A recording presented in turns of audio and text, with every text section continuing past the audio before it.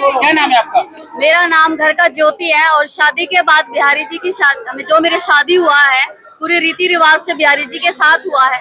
जैसे ही मुझे पता चला कि हमारी जितनी भी ब्रजवासी भाभियां हैं या हमारे गोसाई जी हैं ब्रजवासी हैं, तो हम भी उनका समर्थन के लिए आज हम आए और दोपहर से ही बैठे हैं। लेकिन मुझे पता चला कि आज थोड़ा सा लेट है, तो हम जब से ही यही बैठे हैं अपने बिहारी जी के चरणों में। और हम इसका कॉरिडोर का समर्थन नहीं करते, बिल्कुल नहीं करते। इसलिए नहीं करते क्योंकि देखो यहाँ पे जो अब भाव है, क्या वो पत्थरों में भाव होगा? पहली बात तो लोगों को ये समझना चाहिए कि यहाँ पर भाव पहले ये वृक्ष ये जन्म स्थली है, जो ये भूमि है, जो ब्रज भूमि है, ये भजना स्थली है। यहाँ पे वृक्ष लोग आते थे। आजकल के जो भीड़ तदाकार जो बढ़ती जा रही है, उनके लिए बिल्कुल भाव नहीं होते हैं। मैं एक नर्स रही हूँ गुड़गांव में, वो चकाचौंध वाली लाइफ में जी करके आई हूँ, और यहाँ पे भी वही अगर लाइफ बनानी है तो हमारा आने का, यहाँ भक्तों का, संतों का आने का कोई भी मतलब नहीं है। ठीक है, पहले लोगों को ये समझना चाहिए। और सरकार जो बात कर रही है कॉरिडोर की, क्या हर जगह ही ऐसे चकाचौंध बनाया जाता है? ये जो ब्रिज है पूरे गोलोक धाम से हमारा ये प्रकट हुआ है, राधा रानी के हृदय से प्रकट हुआ। ये जो ब्रज भूमि है, इसकी उनके लिए भाव की कोई कीमत नहीं है, ब्रजवासियों की भाव की कोई कीमत नहीं है। अंग सेवी है, वो सुबह से लेके रात तक उनकी सेवा करते हैं, और जब तक सेवा करते हैं ना, वो न कुछ पाते तक नहीं है। मैंने खुद अपनी आंखों से देखा, मुझे 1.5 साल समथिंग यहाँ पे हो गया है। ठीक है, मैं भी उस कोविड आया, जब भी प्रकृति को किसी ने भी छेड़ा है, कोविड आया, मैं खुद नर्स रही हूँ, लोग किसी को छूते तक नहीं थे, पर मैंने छुआ। मेरी फैमिली ने बोला कि घर आ जा ज्योति, मैं बोली नहीं, मैं कुछ मानव कल्याण के लिए ही हमारा जन्म होता है। भगवान को समझना है, भाव को समझना है।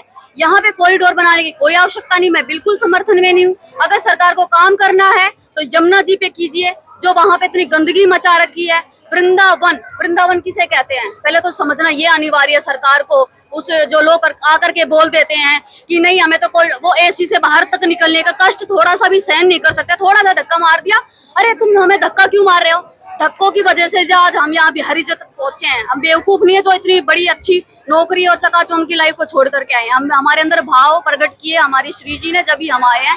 सरकार को सभी के जो है हमारे ब्रजवासी हैं जितने भी, उनको मद्देनजर रख करके हमारे जो भगत हैं यहाँ पे, जो सिर्फ कुंज गलियों से ही प्रेम है, इनको लिपट लिपट कर हम रोए हैं, जमुना जी पे बैठ के रोए हैं हम, क्योंकि यहाँ पे ब्रिज की भूमि का सत्यानाश कर दिया। सिर्फ फ्लैट 1 बना दिए गए हैं। यहाँ पे इतना महंगाई हो गया है कि एक सामान्य व्यक्ति जो भजन करने आए कुटिया तक बना करके नहीं रह सकता है। ये कहाँ की सरकार है? कैसी सरकार है ये? मैं उनसे पूछना चाहती हूँ, अगर आपको काम करना है तो इतने टाइम से आप क्यों नहीं काम कर रहे जमुना जी पे? जो इतने दिल्ली से गंदे नाले यहाँ पे पड़ते हैं, उसमें हम जल पहले कहते हैं पड़ी रहूं कुंजन के कोने और श्याम राधिका गाऊं। जब कुंजन ही निकुंज ही नहीं रहेंगे तो कहाँ पढ़ करके जो जिसके भाव जुड़े होते हैं वो कैसे भजन करेंगे?